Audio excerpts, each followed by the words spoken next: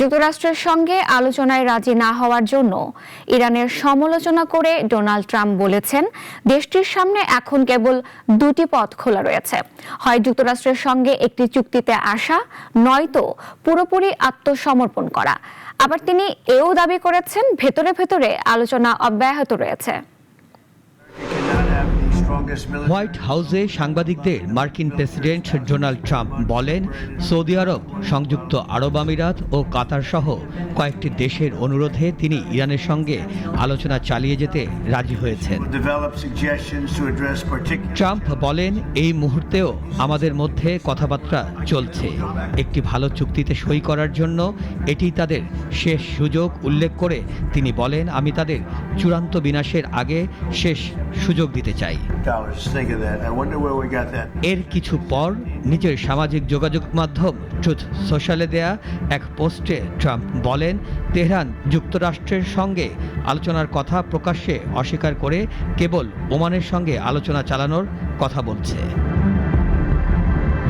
পোস্টে ট্রাম্প লেখেন, ইরানের নেতৃত্ব অবিশ্বাস্য রকমের দ্বিমুখী। তারা নিজেরাই বৈঠকের জন্য আকুতি জানায়, আলোচনা শুরু হয় এবং দ্রুতই পরবর্তী বৈঠকের সময় নির্ধারণ করা হয়।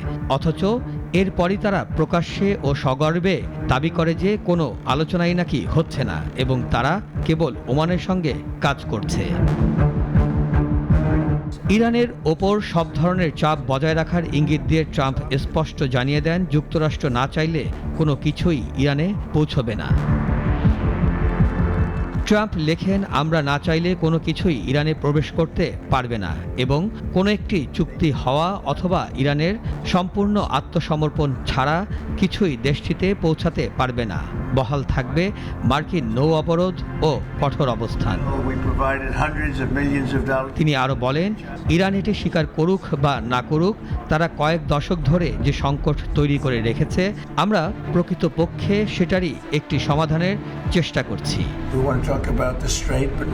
অপরদিকে ইরানের Islamic Revolutionary Guard Corps IRGC জানিয়েছে, তারা যে কোনো ধরনের হুমকি মোকাবেলায় প্রস্তুত রয়েছে।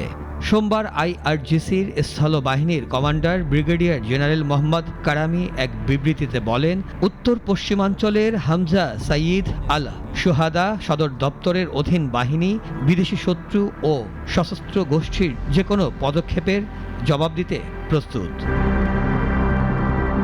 মিরাজ মিজু, নাগরিক।